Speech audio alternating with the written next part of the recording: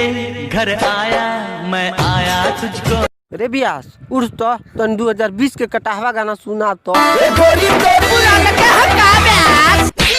ना हो सोरउई खेसरिया के चुरा के ले आइल बनी।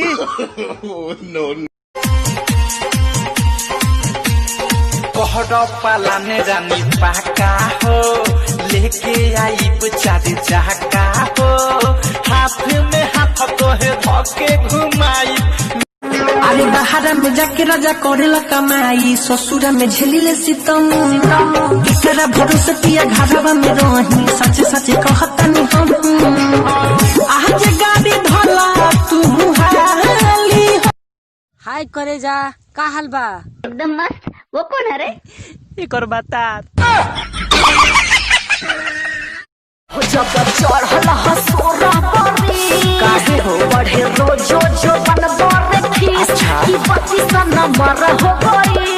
अरे पहले पानी लगे हइलु का दानी दादा धर की चक्कर देखो जिंदगी जिए के मन बा बहिया तोहर पकड़ के तोहरा सिवाय जग में केहू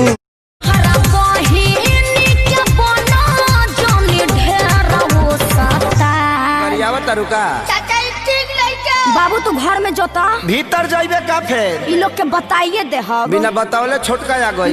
अभी बानी कुंवर जनी रिक्स लेबे दो अरे रिक्स लेबे दो बुझलो। चढ़ते फागुन एगो किस लेबे दो। कलिया से बंद बाटे बाबू तोहर नेटवा लगाता के खत्म भयल सीमावा का डेटावा रखे दा मोबाइल अब तू बेगे में लंड लेके घूमी हाजेबे। ए आई लव यू तू बोला का आई लव यू टू तोरा मुंह पर थू। तू बेवफा है जो मैं जान जाता तुझसे कभी भी दिल ना लगाता। मैंने प्यार तुम्ही से किया है मैंने दिल भी तुम्ही को दिया है अब चाहे जो हो जाए मैं दुनिया से अपना।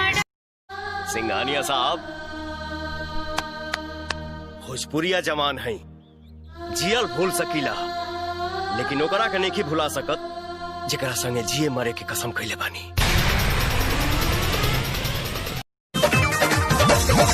दिन रात देखी ले तुहरे सपनवा तोहे बनाई दुल्हनिया हो छोड़ब ना हाथ का वादा बा दुश्मन कौनी के खुदा दादा टोना है जब से सोना है जाके सवतन को गिफ्ट ये अनोखा तोहरा बिकाइल बानी घर से नहीं मिलत बाबू जागिए के करी ले बिहार ए जान कब असरा पूरा है भगवान। चले वो गाना सुनाओ।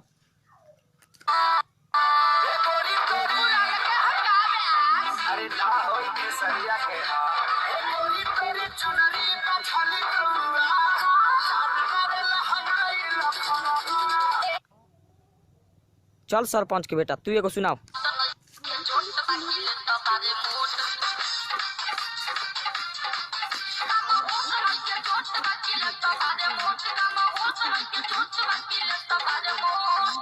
इतना बता दे मुझको इतना बता दे मुझको क्या मेरी खता है बड़ी बेवफा है तो बड़ी।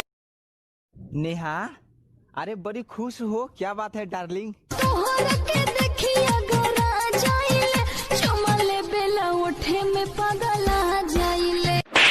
पूरा गांव में कहिया जो